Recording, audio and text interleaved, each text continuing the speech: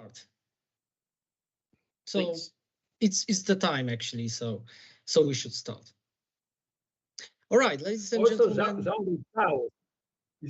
Was here. Also, maybe you know Jean Leca or no? Jean Leca was once a president at the beginning of my career in IPSA, and then was Lowy. I see. Okay, well, we'll discuss this afterwards. Yeah, yes. Thanks a lot. Thanks a lot. Sorry, I disturbed you. Sorry. Okay, ladies and gentlemen, so thank you all for logging in for this meeting. My name is Piotr Bacz, and I would like to welcome you to the second meeting of the project Polimpact, Social Relevance and Impact of Political Science. So Polimpact aims at stimulation of processes of enhancing and developing political science in Poland. But of course, in fact, our lectures and debates touch upon the subjects important for, in fact, every member of political science community in the world. So all people responsible for carrying out this project are, let me call them political science activists, believing that new direction of discussion on the condition, development, and the future of our discipline is necessary and possible, and so is a positive change in our discipline. And this is the reason for the meeting like this one. Ladies and gentlemen, let me introduce our outstanding guest, Professor Dianne Pinderhughes from the University of Notre Dame, the President of International Political Science Association. So big round of applause for her. To welcome our guest properly, at the beginning, please let me yield the floor for a minute to Professor Dorota Pietrzyk-Rives, Vice Dean of the Jagiellonian University Faculty of International and Political Studies, and then to Professor Franciszek Czech, the Chairman of Krakow branch of Polish Political Science Association. Thank you very much. I'm very pleased to welcome Professor Dianne Pinderhughes on behalf of Dean, faculty, and students of our Department of International and Political Studies here at the Jagiellonian University. It is our great pleasure to welcome and meet today President of International Political Science Association, network of more than 4,000 scholars from over 60 countries, and hear about current condition, mission, and perhaps the future of political science as an academic discipline.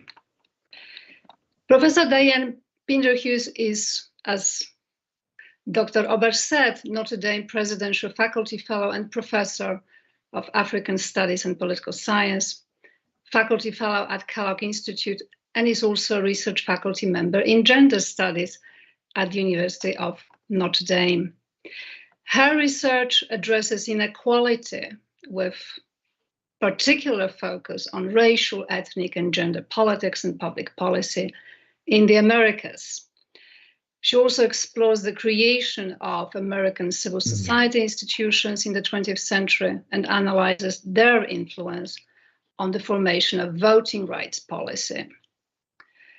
Former president of the American Political Science Association. As member of the APSA Task Force, Professor Pinderhughes was responsible for a report on political science in the 21st century and has perhaps the best insight into the current condition of the discipline and the challenges ahead. The report, let me remind you, published in 2011, starts with such key question as this one: is political science positioned to embrace and incorporate the changing demographics, increasing multicultural diversity, and ever-growing disparities in the concentration of wealth present in many nation states? Can political science do so within its research, teaching, and professional development? With today's new challenges, it is inevitable that we need to reassess, perhaps again, the practice of political science to determine whether it is living up to its full potential as a scholarly discipline to enrich the discourse as the report expected, broaden the understanding, and model the behavior. On behalf of Dean and our whole academic community, I would like to thank Professor Pinderhughes for this great opportunity to talk about political science, which is indeed the main discipline of many of our faculty members. And I would also like to thank Dr. Piotr Obacz for all his efforts to make this happen. Thank you so much. Thank you very much. Professor Czech, your turn. Your turn. Thank you very much. Dear friends, dear guests, it is a great pleasure. I'm very excited here to host all of you, co-host together with the faculty in the behalf of Kraków branch of Polish Political Science Association. I don't want to take your time, but let me just say one thing. Kraków branch of Polish Political Science Association has long traditions of organizing debates, lectures, meetings, but this year we went to completely new dimension because we decided to go online and we can meet all around the world, not only all around Poland, and discuss it from completely new perspective. This is our chance, but at the end of the day, the aim remains the same. We should keep asking the basic questions as a professional political scientist. We should ask the basic question about our aims, about the role of political science, what we should do, what is our obligation at the academia. And as I said 2 weeks ago on the previous meeting, it is just a matter of intellectual hygiene. And because all of that, I'm very excited to host Dianne Pinderhughes today, and I hope everyone will find some food for thoughts today, and I wish all of you a lot of new inspirations. Thank you very much for joining us today. Thank you very much, Dianne. Thank you for your patience. And now the floor is yours. Well, thank you so much, Professors Czech and Obacz, and thank you, Vice Dean, for such a warm welcome. It's also good to meet Professor Pilecki, who is a former Vice President of IPSA. Let me share my screen. Let's see if this will work.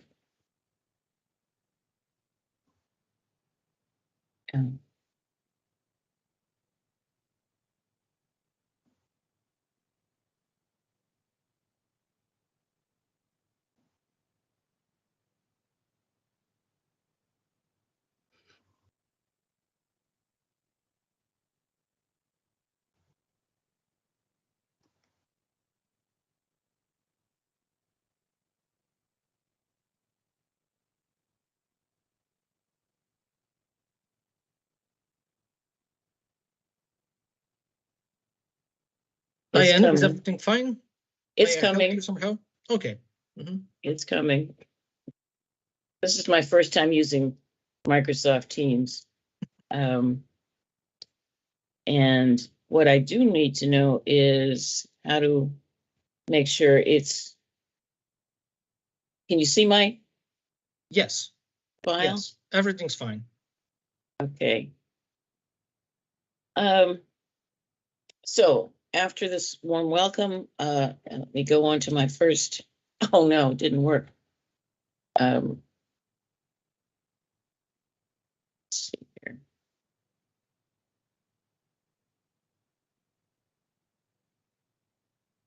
What I do need to know is how do I advance the, oh, I see. All right. Yes, I'm learning how to use Microsoft Teams. All right, so my introduction and thank yous. I would like to make this large on my screen.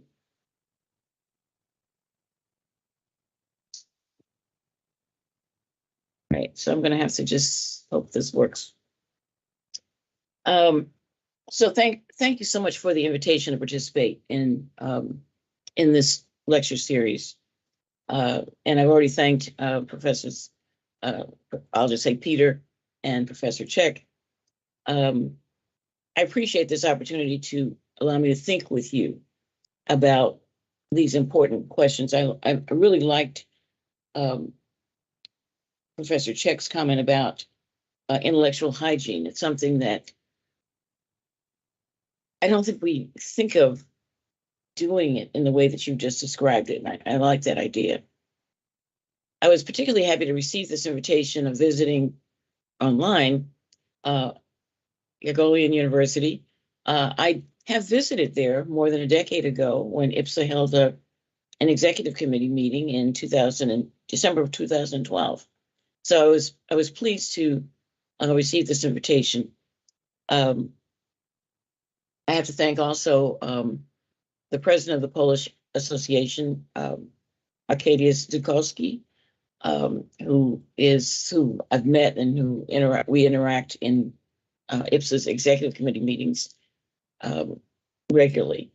And also your colleague, Teresa Sasiska Klaus, who was on the executive committee of IPSA in 2012 and who welcomed us to Gregorian University. So I'm going to have to stop and ask for guidance as to how to make sure that my screen is large, because I can't see all of my text very easily. I'm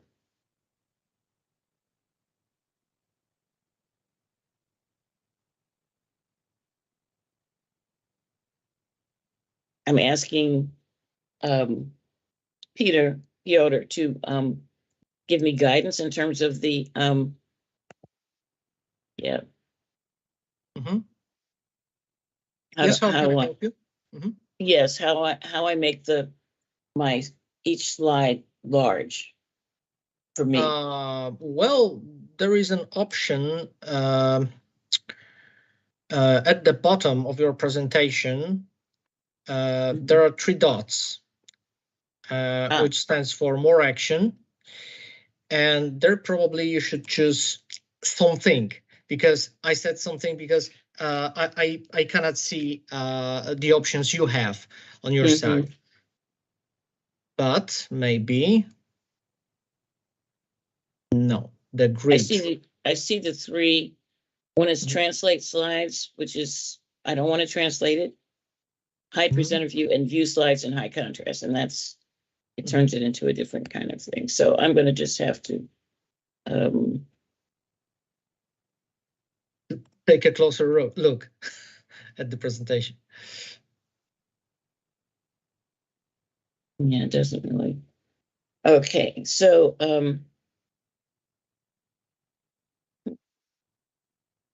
right, so then the next slide is to summarize my talk today. And each one of the sections is the following. I'm going to talk about doing things you haven't done before, in terms of the idea of political science thinking and advising.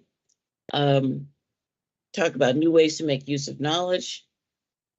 I'll talk about the fact that there's been growing recognition of race in American politics in the American political science discipline as an example of some of those changes. Another example of something that I would suggest doing is how to reduce the hierarchy in educational interaction, how I've done that, have learned to do that in my own professional career. Consider how methodological and digital issues shape the discipline. Ask the ending question, is there a future for political science? And say something about that, and then turn to our discussion and questions. So what do I mean by this? Do things you haven't done before in terms of political science. So I'm giving some examples. This first slide is about the American Political Science Association. My next one, I'll turn to the International Political Science Association.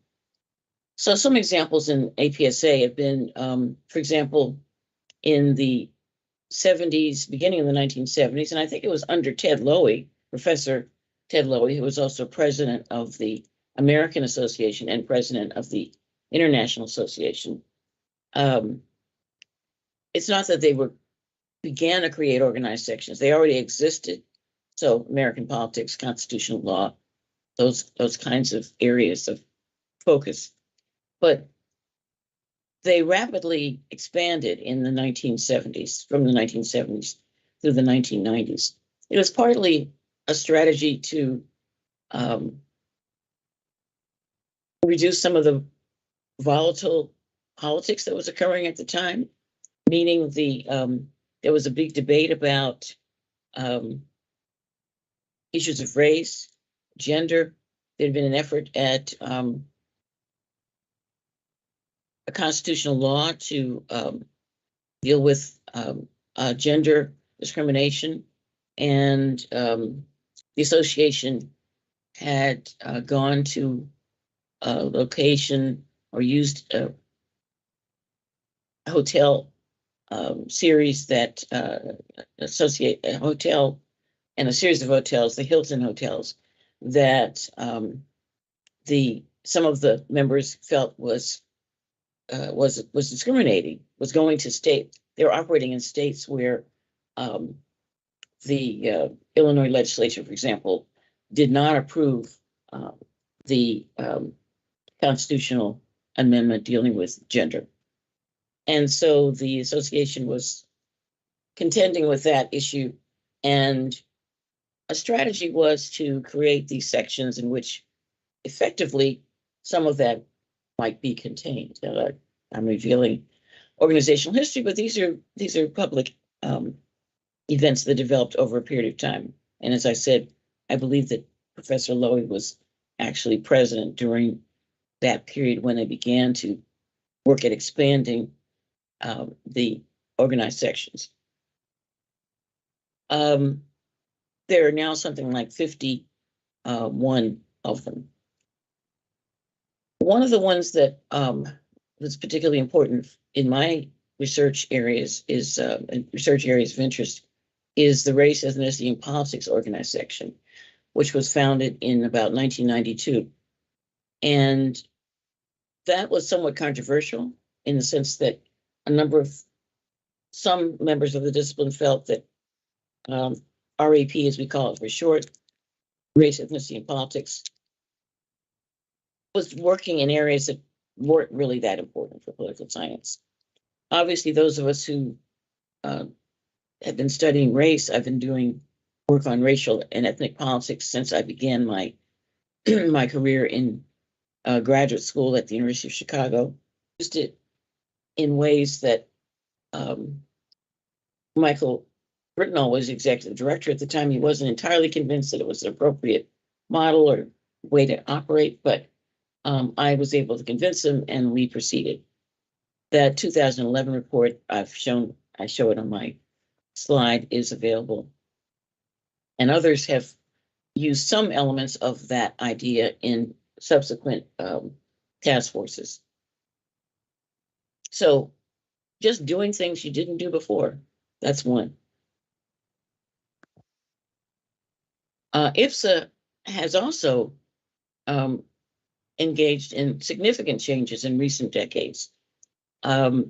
It's shifted from its post-World War II structure of using a Secretary General to organize and to lead the administrative responsibilities of the association, and changed to the executive director model in 2019. The association also moved from World Congresses on a 3-year cycle to 2-year cycle. That began in 2012 after the Madrid meeting.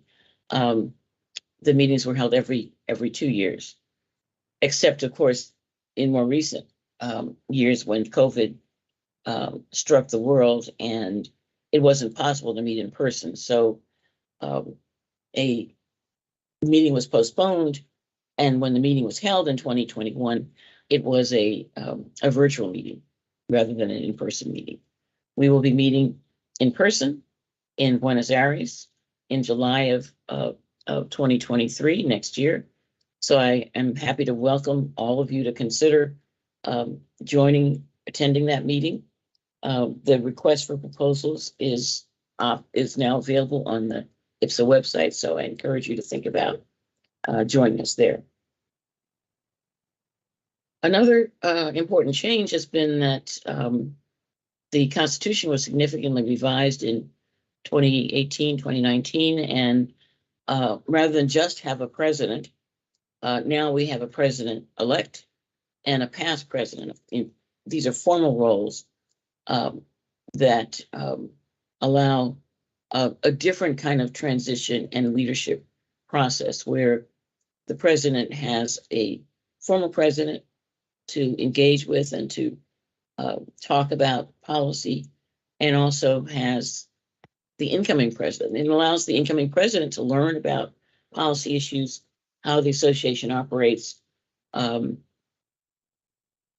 allows the president to have consultation with those individuals in ways during the World Congresses. And I would argue that in the years after the shift to the 2-year cycle, it's been challenging for the association to operate, and has required a very kind of an upgrading of its organizational and management. When you meet every 2 years, when you are also, as we've been doing in the last recent years, working at incorporating the global South countries into IPSA to make it a genuinely world-class organization that's not just limited to Northern Europe and a few countries from Latin America, a few from Asia and the Americas. We're working at making it a genuinely global organization. That's more complicated. That takes fundraising. That takes a different kind of activity than was the case in the past. Marianne Neuer, past president, organized in 2017, before she became president, a midterm conference, Political Science in the Digital Age, in collaboration with another former president, Helen Milner, to examine the challenges of digitalization. We are working on additional such efforts and making activities during the executive committee meetings, not just administrative, but also intellectual.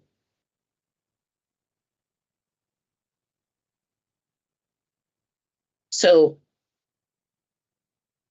I've talked about doing things differently. I want to talk about now new ways to make and use knowledge. And let me ask Piotr to be sure to give me a cue if I'm going too long. I know I have about 30 minutes, but I don't want to go way over that. So new ways to make and use knowledge. Sometimes this happens when you're faced with unexpected things. Some include, for example, the COVID pandemic, which the entire world, sciences in varying areas. I'm going to have to take a break. A variety of disciplines have thought about, used the specifics of their discipline to explore COVID. Another example is election results, meaning what happens in an election that you, as a discipline of political science, we usually assume we know what kind of broad general patterns are likely to occur, but as we know, elections produce unexpected results frequently. So one challenge comes in how to share information and understand what's happening. We use different kinds of forms for showing, for example, disease spread, such as COVID, the importance of the vote state by state or nation by nation. And one example I want to mention is the use of maps, which have changed rapidly in recent years. I was encouraged to use this example because of the fact that I'm actually visiting at the Center for Advanced Study in the Behavioral Sciences at Stanford University during this academic year. So I'm coming to you from nearby Stanford in Palo Alto, California, where it's fairly early in the morning. But I'm happy, nevertheless, to be here with you. But as part of that, the center introduces us to many elements of resources that Stanford has, and one of them has been a visit to the Rumsey map library, which is maps, but maps that are digital maps, digitized. And Mr. Rumsey, the founder of the library and the collection of maps, has engaged with others who also work in this area. So I'm going to show you my next slide includes some maps from Kenneth Field, who discussed thematic mapping. He's published a book on this, 101 ways of thematic mapping. The two I've chosen here are from the 2016 presidential election, and Field contrasts the ways in which you can share information. So, for example, the one on the left here, my left, is the 2016 election, which focuses on state-by-state results. But it only gives the overall results within the state. So there's no proportional representation in the state of what the vote was. It looks as if President Trump won election with complete control of. Can you see me moving my cursor when I'm doing this now? Just want to make sure. Yes. Yes, Okay. Diane. Okay, very good. So, the West Coast, predominantly Democratic, New Mexico, Colorado, Democratic, Illinois, and some parts of the Northeast. But the rest of the country, the map, way the information is conveyed, suggests the whole country went for Donald Trump. But that's, as Field likes to emphasize, is a way that conveys that information not entirely accurately. He likes to use maps that include the concentration of those views within the states. So it gives you a better understanding of the fact that there's some areas that are strongly, we're strongly Republican, strongly supported Donald Trump, the candidate, but also where the population is most concentrated. So you can see that there are areas along the East Coast, as well as, of course, on the West Coast, where there are a lot of Republican votes, but there are also a lot of Democratic votes. So you can see the complexity more clearly in this type of mapping. So this is just one example that I've learned recently from our visit to the Rumsey Library, and also they had a conference discussing these issues. The New York Times has begun to use maps that give a combination of a color of, who supported the Republican candidate, who supported the Democratic candidate, but also sizes the states so that you have a better sense of the distribution of voting. I have not included those maps. So I want to turn next to another example of change, namely the growing recognition of race in American politics. And by that, I mean within the American political science environment, and the ways in which racial politics has been recognized in recent years. So several events prompted a substantial increase in the interest in race within the U.S.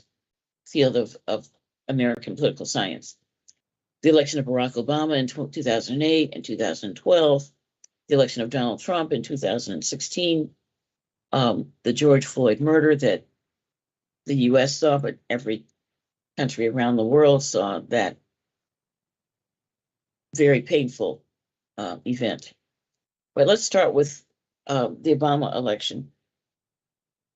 When that election was occurring in 2008, it was the expectation by most political scientists, and I was among them, was that Obama couldn't possibly win the election. It would be very unlikely that he'd be able to defeat Senator John McCain. But a variety of events occurred that made it possible, one of which was the severe economic recession, depression. It seemed to be about to happen, and also seeing how those two candidates responded to the problems that were occurring in fall of 2008. And Obama's coolness contrasted with McCain's significant discomfort and inability to really figure out what would be an appropriate response made Obama a more attractive candidate than I think most of us predicted at the beginning of the campaign season. I mean, this is my area of research. And I'm also personally, of course, interested in racial progress. So to see the possibility of an African-American candidate for president was something that was unexpected and exciting. But also, as a political scientist, I just didn't think it was possible. But in fact, of course, it became a reality before we knew it, and we had a president, the first African-American president, and then was reelected in 2012. So many of us did not predict Obama's election, but of course he was elected. Also, most political scientists, and let me step back for a second and say that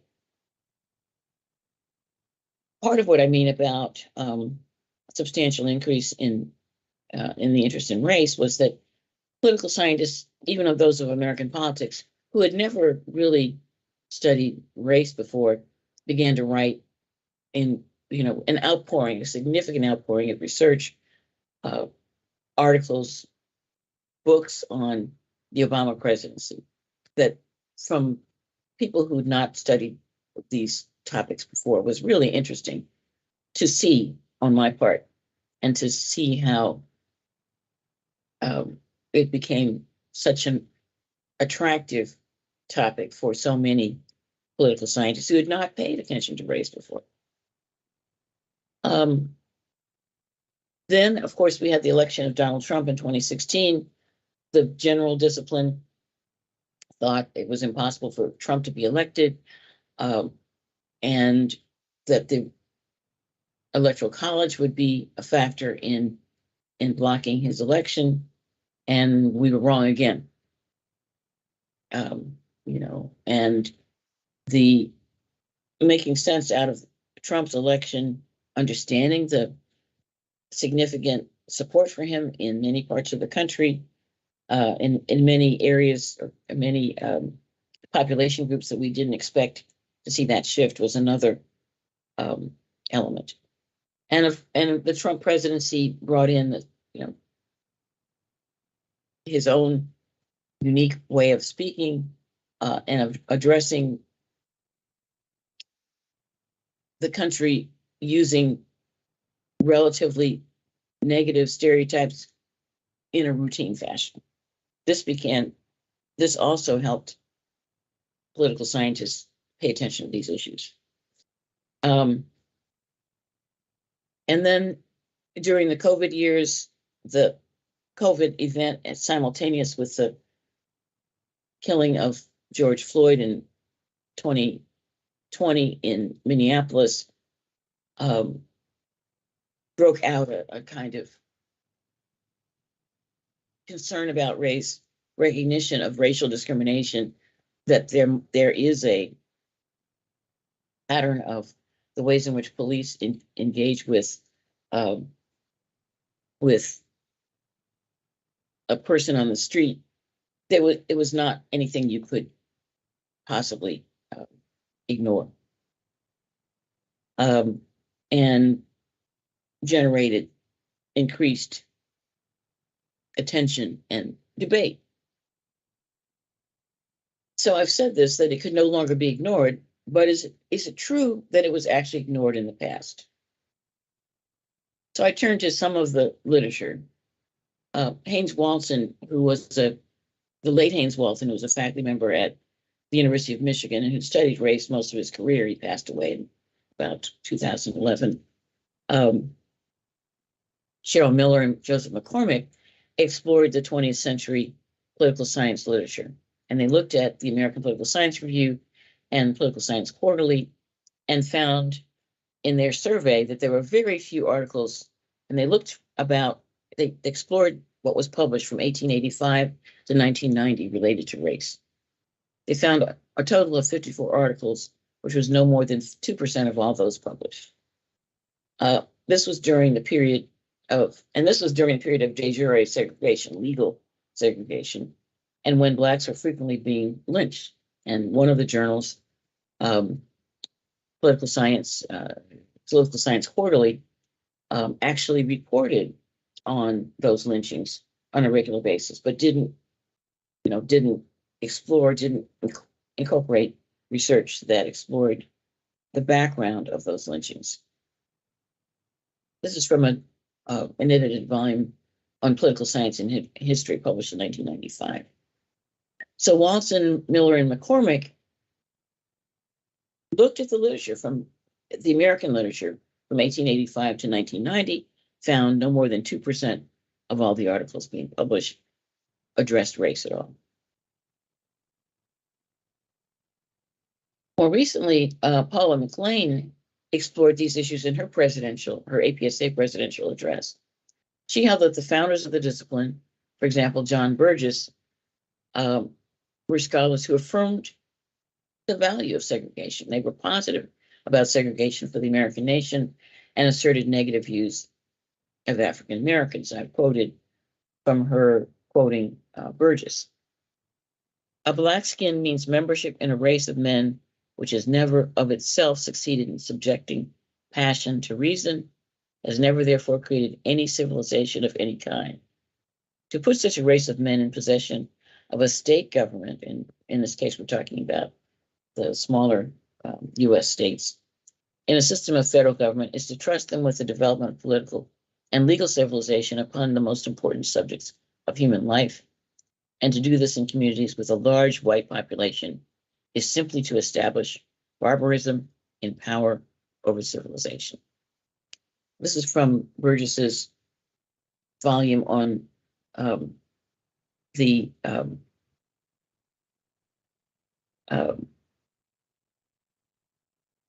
Reconstruction, the period of Reconstruction after the US Civil War. McLean goes on to explore this in more detail, but her point is to show how the founders of the American Political Science Association, the founders of American political science, affirmed the value of segregation. They wrote issues about Reconstruction. They were critical of Reconstruction. They were generally critical of the role of Blacks during that period, and they did not see any reason to challenge de jure or de facto segregation. And their research and their lack of attention to that research shows in the major political science journals. So over the last several decades, there have been a variety of changes in the the US political science field.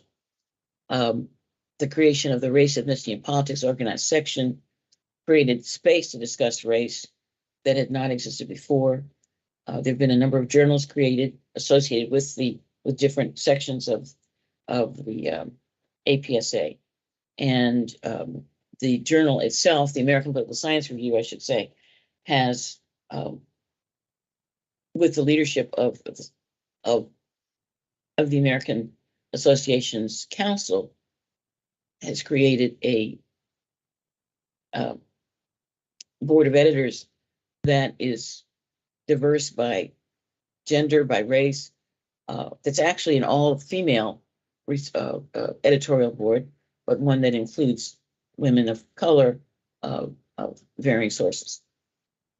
So the association has moved itself along in terms of addressing these issues. The race, ethnicity, and politics field, the presidency itself has become a source of these changes.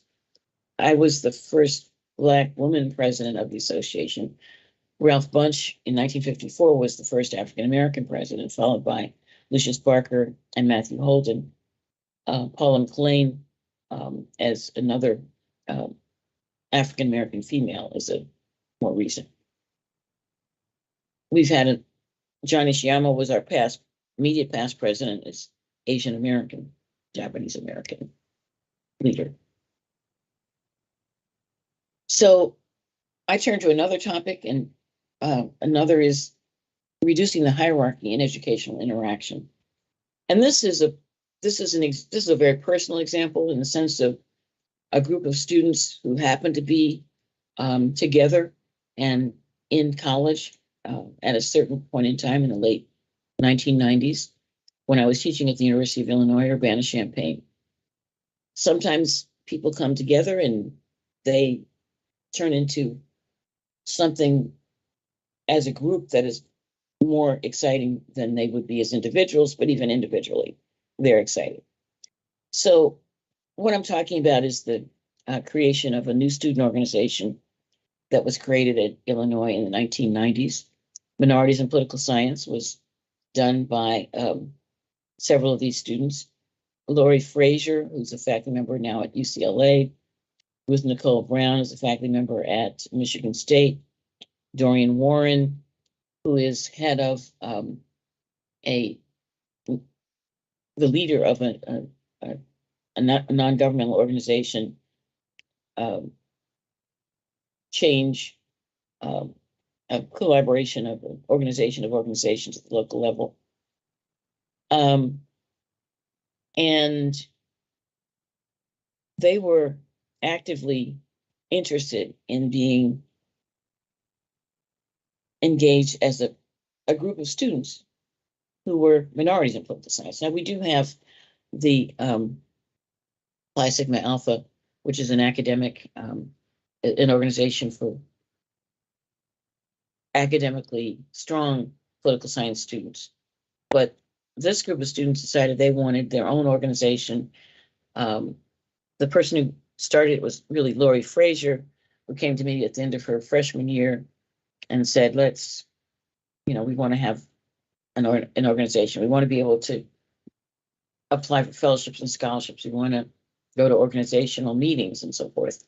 And I happened to be at Illinois with my colleagues, Todd Shaw and Louis DeCipio, at the time. So there were three of us who studied race and ethnicity in the department. Ruth Nicole Brown and Dorian Warren and Jamala McFadden were a couple of years ahead of Frazier, but they worked together. And they created the organization. They actively engaged with and participated in meetings of the National Conference of Black Political Scientists, NCOPS for short.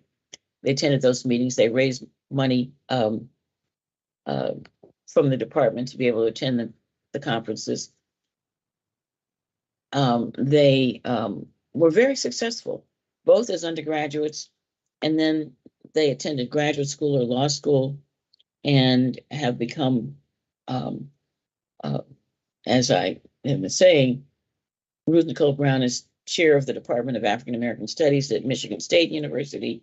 She's had risen to tenure at Illinois in the College of Education, but then was recruited by Michigan State. Dorian Warren had taught at Columbia University for some time and then became involved in the non-governmental organization. And then Lori Frazier has been at Michigan, finished her group. So Dorian finished at Yale. Ruth Nicole Brown finished at the University of Michigan. Jamala McFadden also finished in a law degree at the University of Michigan, and Laurie finished at the University of Maryland. But they've all moved very rapidly into leadership positions. This picture was taken with Laurie just last week when the California elections are beginning to concede. It takes them a long time to count votes here in California. This is Karen Bass, the first Black woman elected mayor of Los Angeles. The governor, Newsom, was reelected, and there's my former student. She's recently been promoted to full professor, given an endowed chair and so forth.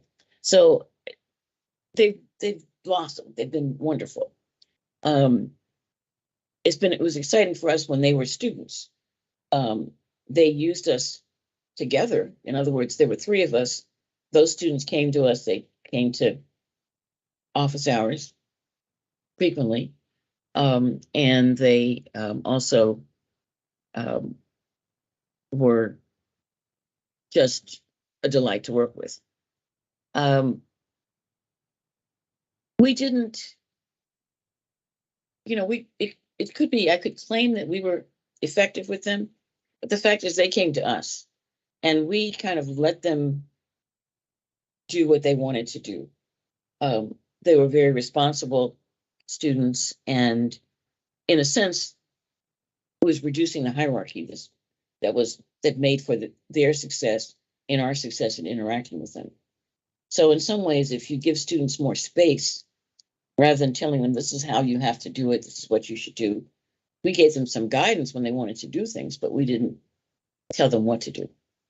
And it was one of the more important periods, I think, in my career. That organization, Minorities in Political Science, was still operating a number of years ago. We have a grad student at the University of Notre Dame.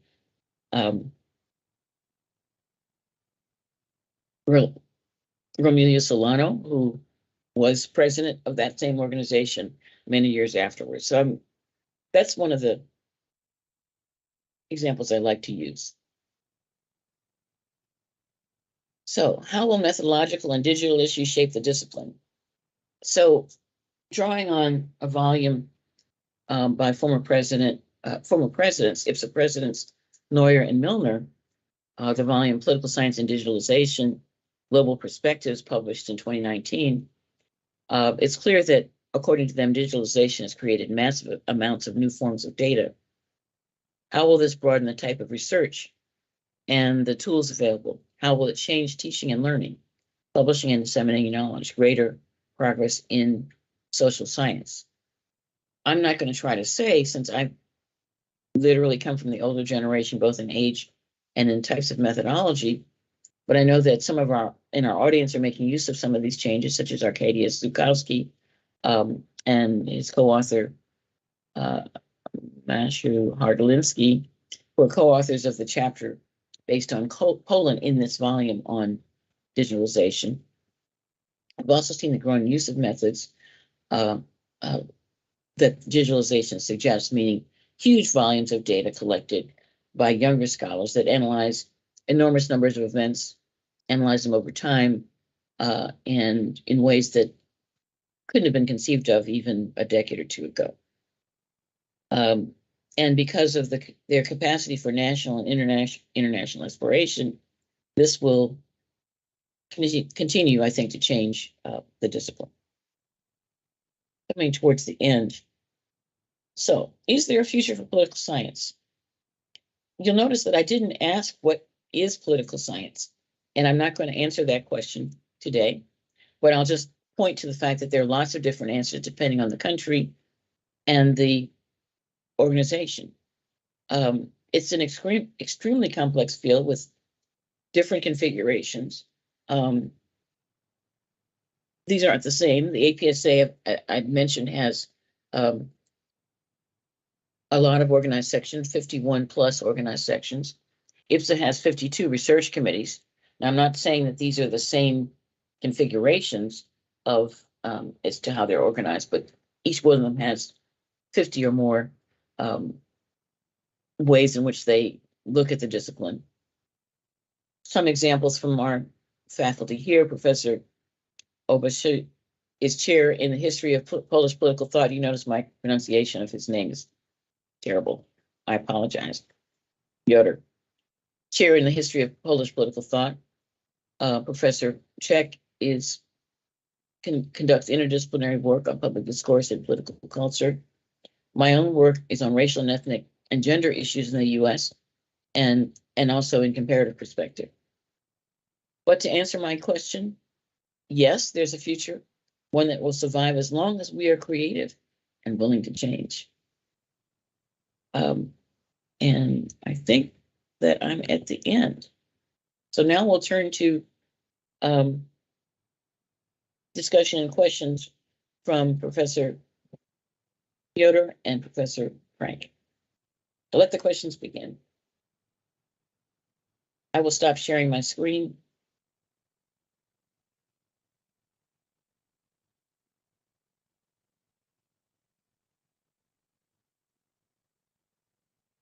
Yeah, I'll try to stop sharing my screen. I'll stop presenting. Okay. Dianne, so thank you very, very much for this inspirational lecture. Well, to be honest, I have a lot of questions and, I'm getting really antsy to ask them. But first of all, I would like to invite our participants, our listeners to ask questions and to present comments. You can write them down in our chat or just raise a hand and we will enable you turning on your camera and microphone.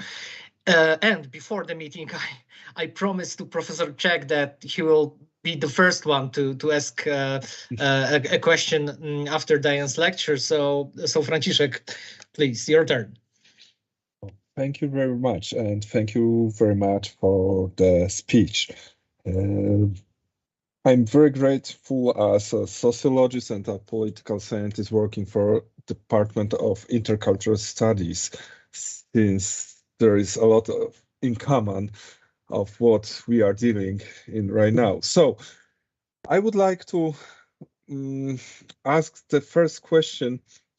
You said a lot what have changed in terms of recognition of Black scholars in International Political Science Association, and also about reducing the hierarchy in education. So the first obvious question is, what in your opinion should be done next? What are the aims we should focus on in future? This is the first question, and this is not an answer, but when you were talking on the task force to discipline look inward, I just recall the idea as sociologists, the idea of International Sociological Association former president Professor Burawoy of global sociology. So his idea was to translate basic information into local languages, but also mainstreaming local sociological knowledge from different countries, because we are aware that in a globalized period, different perspectives can bring us a lot of new insights. And do you think this kind of public political science program could be something interesting to go, let's say, beyond the most developed countries and look for answers, for inspirations in other areas of the world? And if I may, you mentioned at the very beginning that in your PhD on Chicago, you wrote a little bit on Poles living there.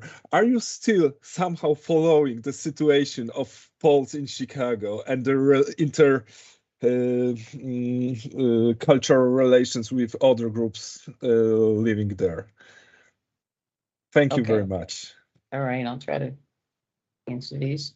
So what to do next? And whether IPSA might do what the president of the International Sociological Association suggested, doing a mainstreaming cultural issues from specific countries into a broader international communication. I do, yes, in general, I definitely agree with that.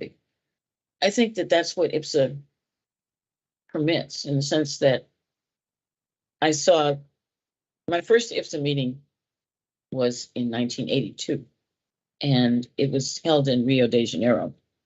I'd seen my colleagues, I was teaching at Dartmouth College at that point, come back from their meeting. The meeting had been in so 82, so it would have been 79, was in Moscow. And they said, our next meeting is going to be in Rio de Janeiro. I thought, I'm going to go to that meeting. But when I got to that meeting and went to panels, went to business meetings, I was struck by the differences in the ways in which American political scientists function. They were talking, they easily talked about we have to balance the representation on this committee or that panel and so forth. And I hadn't heard them talking in that way when we were in the American context. So it seemed to generate a different attitude than I had encountered before. People realized we're here, we're in an international organization, we've got to recognize that. Your point is whether the kinds of work that's being done in specific countries can then become more integrated into an international framework. And I think that that is really some of what IPSA has begun to try to do in the last 15 years, of not just talking about the global South, but talking about ways to fund graduate students attending the World Congress, trying to provide some resources that make it possible rather than just say it, but also make it real. Now,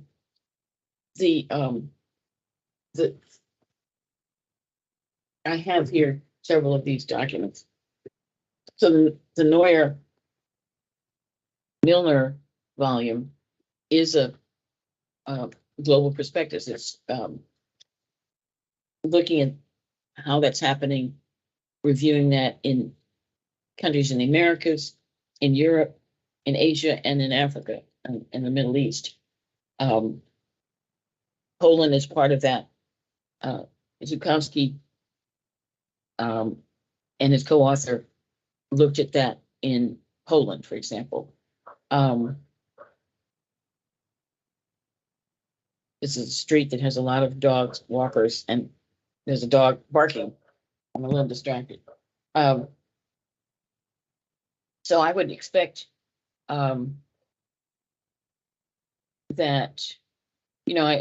preparing for this talk, I realized I can do some of this myself, and it might, looking at issues of race and ethnicity, country by country or regions, is one area that is part of IPSA. We do have a politics and ethnicity organized section. I've been a member of it since the beginning, but I haven't engaged in that in my years as president, partly because I was trying to learn how to do the job. It had changed so much from when I'd been on the executive committee previously that I didn't. I had a lot to learn as president. So I do think that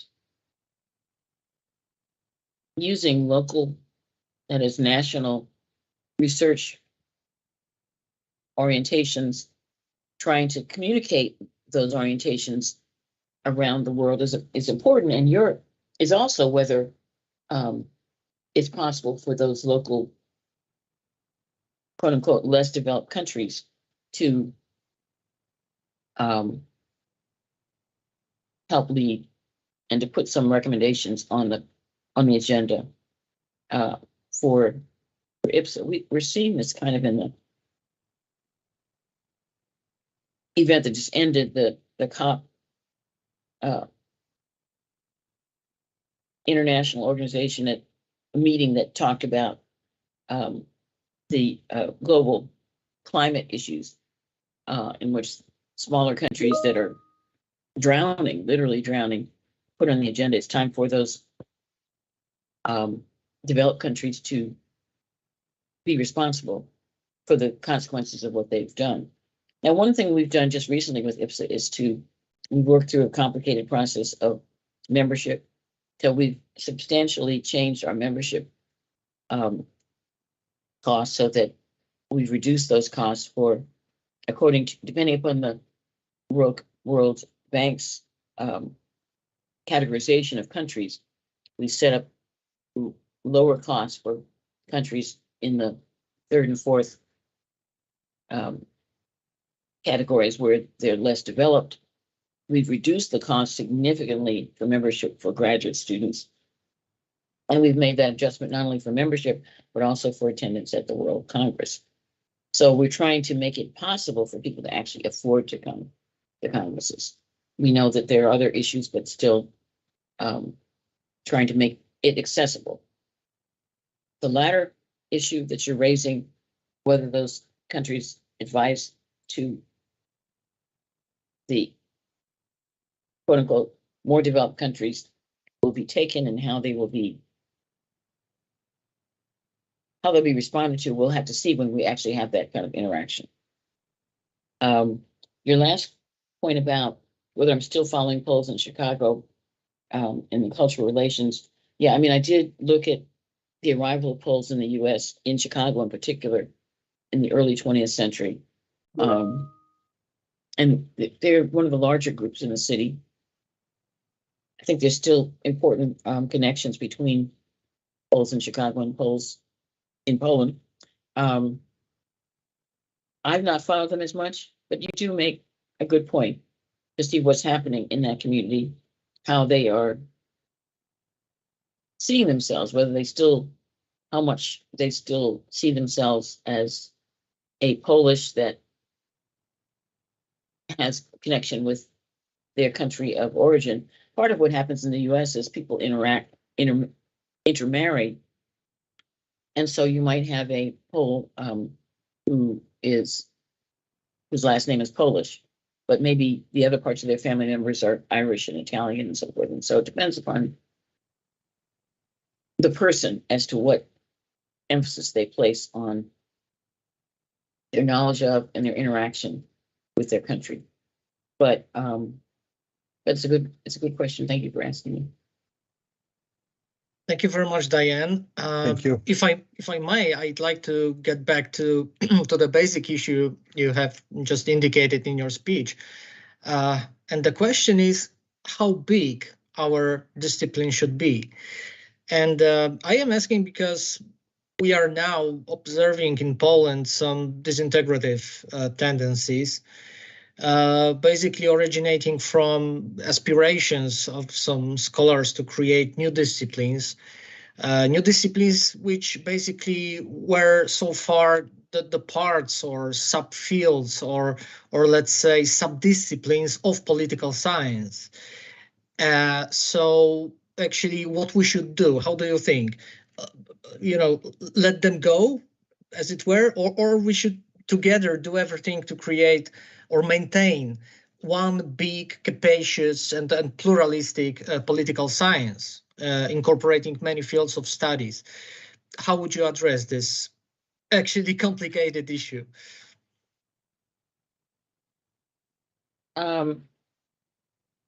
So how big should the Polish Political Science Association be? Should you let them go? Should you try to maintain them as part of the Polish Association? I thought about this issue as to whether, and for example, the National Association of the Polish, the German, I learned more about Germany through working with Marianne Neuer, my president emerita. excuse me, the Korean Association. Our World Congress co-chair is E.Y. Kim, who is from Seoul, South Korea. They have quite a large association, 2,600 members, for example. I don't know how they're organized, whether they have subgroups. I would imagine that they do, but whether they're trying to separate from the National Association is the question. One of IPSA's organized sections created a separate organization, I guess within the last decade, and they have a separate Congress, public policy, the International Public Policy Association. So let me ask you a couple of questions. So how big is at present how many members does the Polish Association have? Well, it's quite difficult question. We have Professor Dianne with us. Well, but Dianne, I basically asked not really about Size.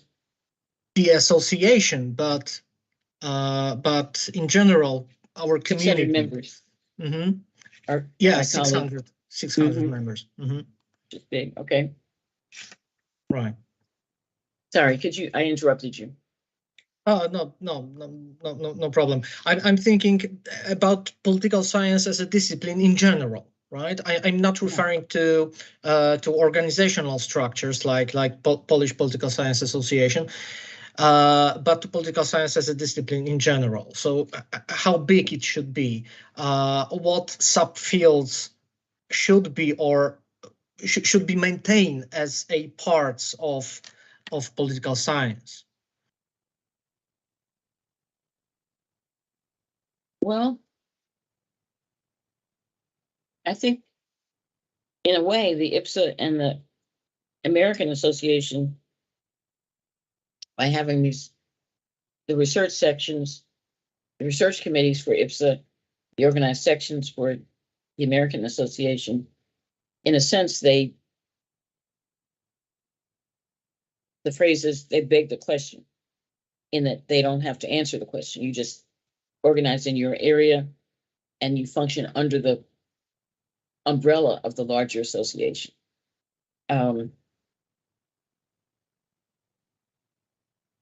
Sometimes people, there are a lot of different associations. There's policy studies, there's the International Studies Association. There are a number of other organizations that people belong to in the US, the regional associations. But you're asking a specific question, so I'll try to answer it. I think it's probably,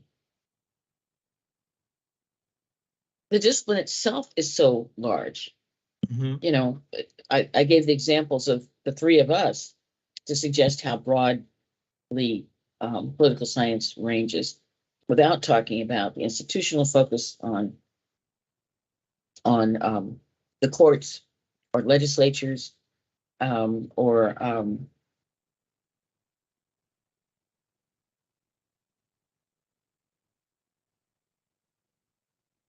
a number of the sections include focus on political methodology. So I think in a way, it's probably not a good idea to try to decide that question, because as an organization, you do want to get larger, and the way to get larger, and the way to have more interaction is for there to be communication across these. I don't want to call them boundaries, but I'm going to call them boundaries of field, a subfield. If you can talk with each other, if you can, if you engage people by working in the larger organization and engage in a discussion of research, of methods, of findings that you have in a particular field in contrast to those in another field, then presumably you have a field, a discipline that's still able to interact and to communicate. If you say, okay, let's just let them go off and do whatever they want to do, the chances are greater that you won't be able to communicate after a decade or so. You know, That's your true. ideas and the ways in which you think about approaching the topic will be so separate that you can't Mhm. and don't want to communicate. Right, I right. know that's not easy to do. That's true. And to be honest, I hate to say it, but at least in Poland, we are absolutely focused too much on cultivating some organizational structures of our universities, of our faculties, and not focused on, you know, great social political issues which require effective scientific response, scientific cooperation, etc., and which should be the point of departure for organizational actions, and not the other way around. That's my point of view. And Dianne, once again, I would like to refer to your extensive professional experience. Can you think of any, let's say, good practices for integrating and consolidating political science community that is cracking from inside out, as it is in Poland? I am aware that, you know, every community must work out its own solutions, right? Taking into account specific contexts it is functioning in. But still, do you have in mind any general recommendations? I do. Excuse me. Let me ask you, does the Polish Association have a quote unquote a council, a legislative body? Once again, please. Does the Polish Association have a legislative body, a council, so to speak? Well, once again, Yes, we do have. We do have, and the meeting is next week, actually. Oh, okay. Mhm. For the Polish Association. Mhm. Okay, so what, this is one response. My experience is the American Association. Is when you're electing or nominating people for the council, you usually try to nominate a range of people based on the size of the school, the region of the country, is it public or private? You want to select from a variety of types of universities or colleges, community colleges. We've incorporated community colleges more aggressively into the association than we had before about 10 or 15 years ago. So I guess the answer is, what are the demographic, institutional, and regional concerns? And then, of course, the disciplinary concerns or variations that you have. And you would want to try to create a process that would bring people from across those types of demographics.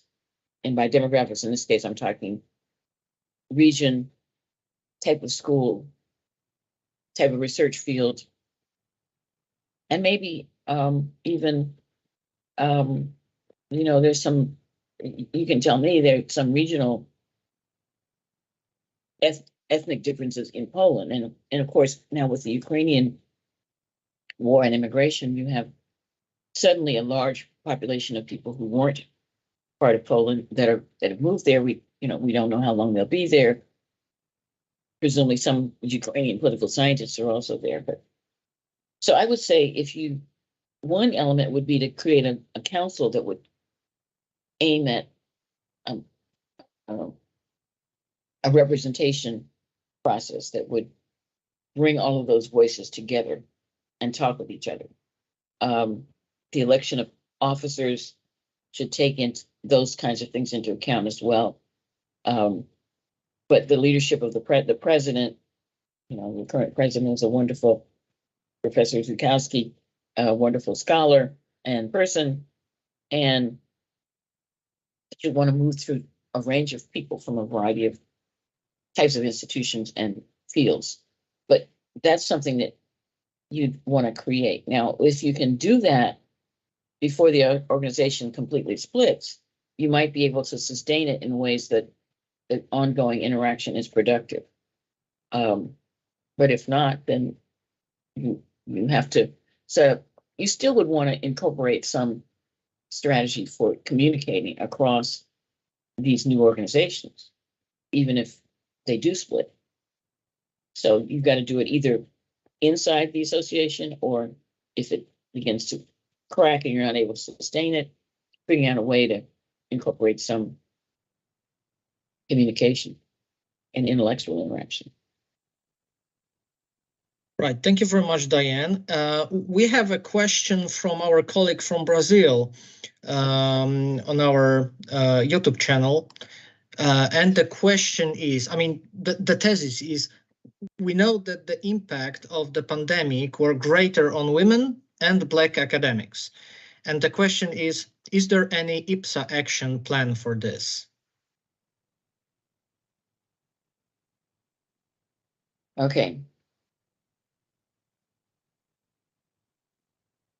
I might need to follow up, but you know, one of the things IPSA did was to shift to online communication during the pandemic. We didn't have executive committee meetings until this year. Our first one was in Buenos Aires in at the end of April, and we just had a meeting in Istanbul at the beginning of actually the end of October. We've done some discussion of that issue with the creation of IPSA created regional dialogues before I became president, because they couldn't meet, and so they figured we should have regional meetings online, which allowed the association to ask its members what's happening with COVID. How are you functioning? We're planning for, in the very near future, for another set of regional dialogues. And that will be one of the questions we'll revisit. In terms of the questioner's point about COVID had an impact on women and Blacks, I don't know if that's true of academics as such, in the sense that depending upon your view of, you know, who you are and what your attitude is, and everyone is not the same. But as an individual, my response to COVID has been, I'm in the house. When I go out, I wear a mask, still, even now. Whenever there was the U.S. has, been able to get more vaccines than many other countries. I understand that, but whenever one was available, I would get the new vaccine. And I would recommend it to my students and to my colleagues, of course, as well, by my behavior. I think that we do know the data is terrible in terms of COVID's impact in general, but also depending upon region, race, nationality, gender. Women have had to, work differently than men, in the sense that, for example, many women, and this is true of women academics, if you have children. I happen not to have children. You've got to maintain the household. You've got to pay attention to your children and take care of them and feed them, and if they're sick, and how to handle those kinds of issues, which pulls you away from your daily academic work, both as a faculty member teaching, but also as a scholar, as a researcher.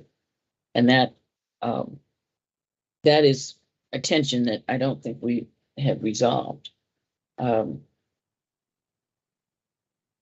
I don't really have a very good answer to your question. The scholar from Brazil, I apologize for not being able to say more about it. IPSA's tried to pay attention to these issues by its online activities, and we will be meeting in Buenos Aires. We are encouraging people to be vaccinated, and we will probably encourage people to wear masks during the meetings. We'll see. You know, we haven't fully discussed that at this point. We're just hoping for a good expectation that there will not be a lot of transmission, but it does happen. It does happen. Right, Diane, thank you. Thank you very much. Dear participants, dear listeners, are there any questions to our guest? Because if yes, Professor Gruszczak, I will change your status to presenter so you would be able to turn on your camera and microphone. Okay, can you hear me? Am I audible? Yes, everything's perfect. All right, yeah, thank you for this interesting presentation. Actually, I was very much attracted by the topic of your presentation as president of IPSA, the future of political science. Actually, I'm still in a sort of let's say a void, given that actually I don't know exactly what's the future of the discipline or the area of political science according to you as president of such a renowned association. Given that actually I heard something which is a bit interconnected, but I'm not sure if it really telling about the future of political science. Well, actually, I'm political science by education, by formation. For some time, I've been embarked on some strategic study on the security sciences. Nevertheless, for me, political science is focused on power, how power is institutionalized, how is it distributed, how power is shaping behavior of various social actors, how does it influence choices, decisions, etc. Naturally, I haven't got a lot of, let's say, clue concerning political science, because I heard about the rise about political science, about post-colonial structures, about institutionalization. And I have a feeling that, well, political science as a discipline, as an area, is what IPSA or IPSA is doing, organizing, arranging, and trying to, let's say, to just put forward as a framework for all these activities. Maybe I'm wrong. I mean, that's my first impression, just based on the presentation and answers to the question. But could you please clarify what's political science about right now in year 2022, when we have a lot of cases of abuse, of violation of human rights, infringements of civil liberties. We have a war in Ukraine where Ukrainian lives really matter. And okay, how political science is going to be confronted with all these challenges that are just, you know, facing us directly. Let's say they are at our reach. People who are going to the border with Ukraine are really, you know, feeling that physically. So how do you, if you please, Madam President, could you comment briefly on that? Thank you very much. Thank you, Professor. Well, quite provocative question, isn't it? Yes, it is. Yes, it is. So, Diane, please.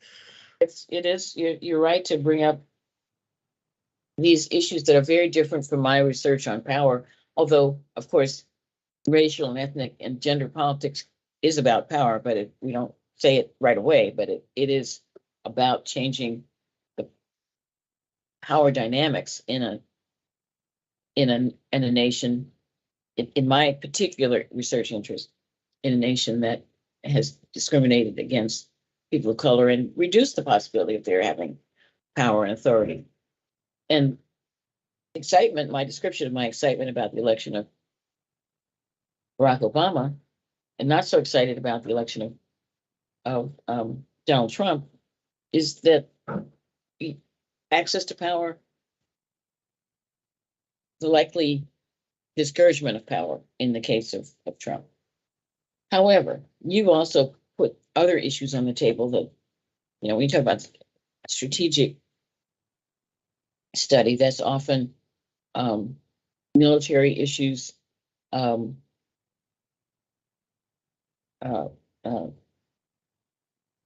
issues dealing with nuclear war, who has what capacity to threaten the other. Your points about Poland's, you know, being on the border with Ukraine, which is on the border with Russia, and the war taking place right now, that, you know, just last week with the missiles that were accidentally landed in Poland.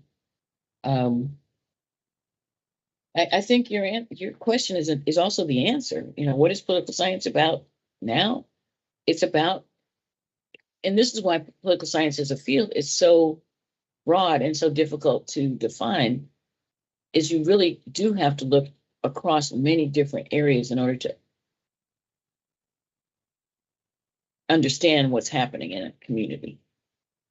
You have to, Pyotr's question to me about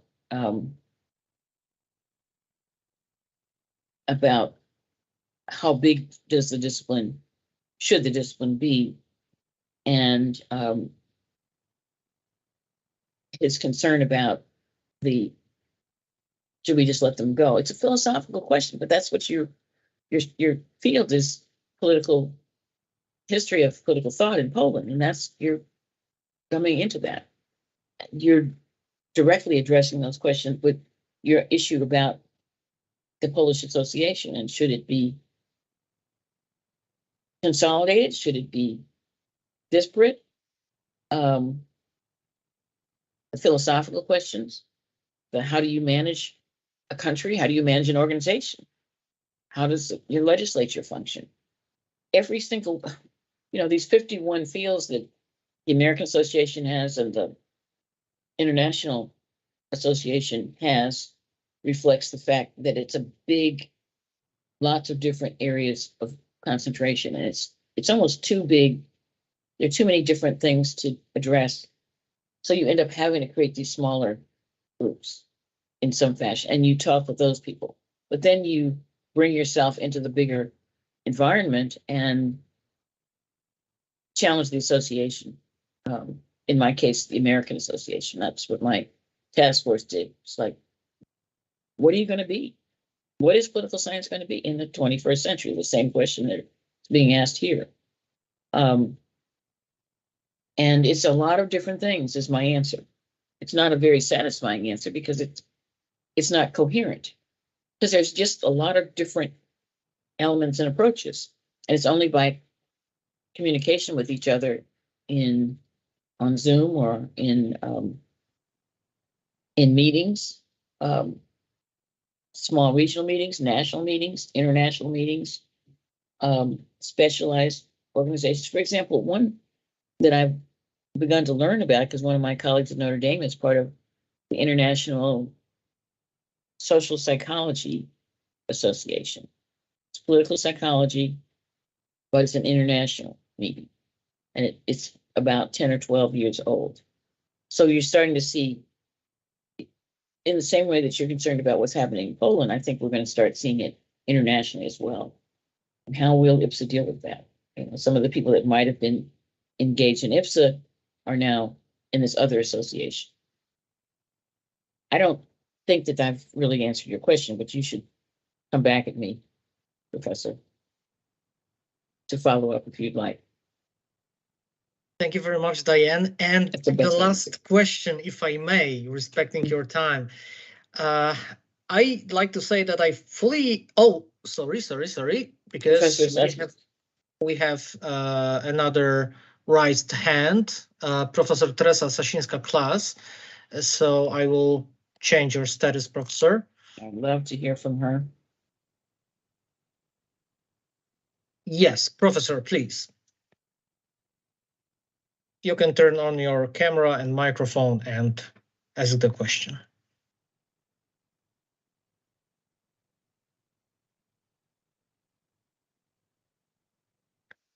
Professor, are you with us? Yes, you raised your hand. Got to turn on your mic.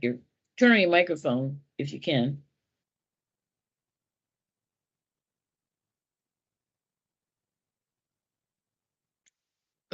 Okay, maybe something's wrong with the technical side. So I will ask my question if I. Now I am. Oh, There she is. that's great, Professor. Of course. There So- she is. Oh, so wonderful. please. Mhm.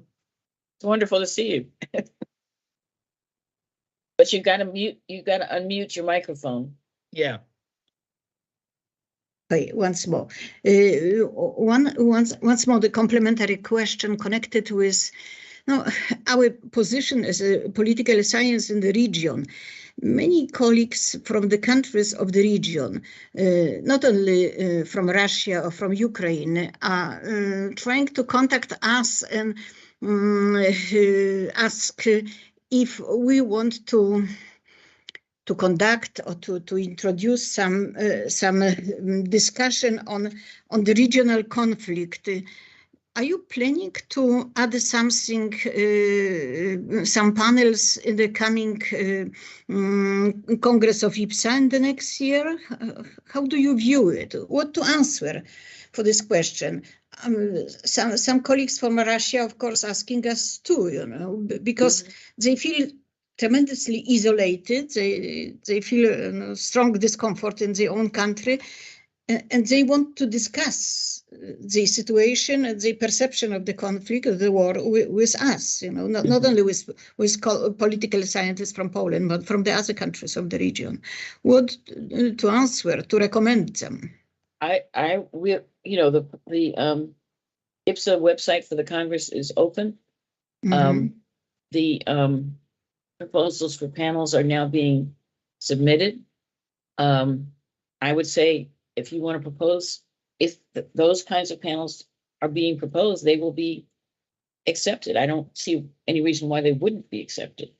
We do have to negotiate our policies in terms of admissions or accepting funding from scholars of Russia. I understand that there's an international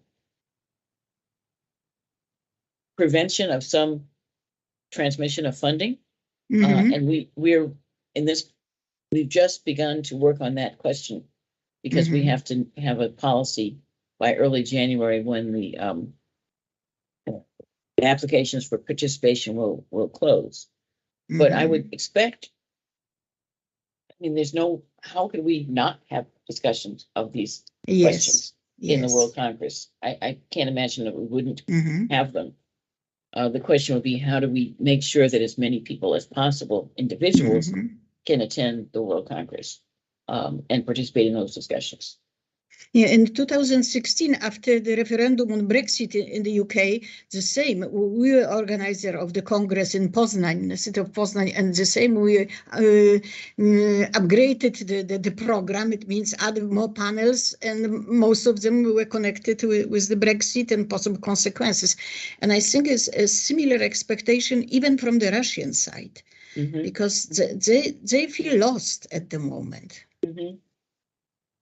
Yes, we are not we're not preventing our membership from interacting with individual Russians. We have suspended our interactions with the Russian Association because of the Ukraine war. Yes. But we are not suspending interactions with individuals. And I understand your point. And so, yes, we will have panel discussions on these questions, and we will have to negotiate how we are able to allow people to participate. Yes, yes. So I It's not look easy. forward to talking with you. I look forward to talking with you about this because it's, I know since you said it, you've reminded me that this is an area of your interest, and you presumably will be interested in these, in panels such as this, Mhm. perhaps creating some. Okay, thank you. I will let them know. Okay, thank you. Thank you very Wonderful to see you. much. Thank you very much, Dianne. I have to say that it was a great honor and pleasure to have you with us today. So thank you once again very much for your time, for your lecture, for the discussion. And thank you all, ladies and gentlemen, for joining us here in this very important meeting, in this very important project. And see you on at next meetings in December and January. So thank you very much. Thank Bye. you very much. Thank you, Dianne. See you. Thank you.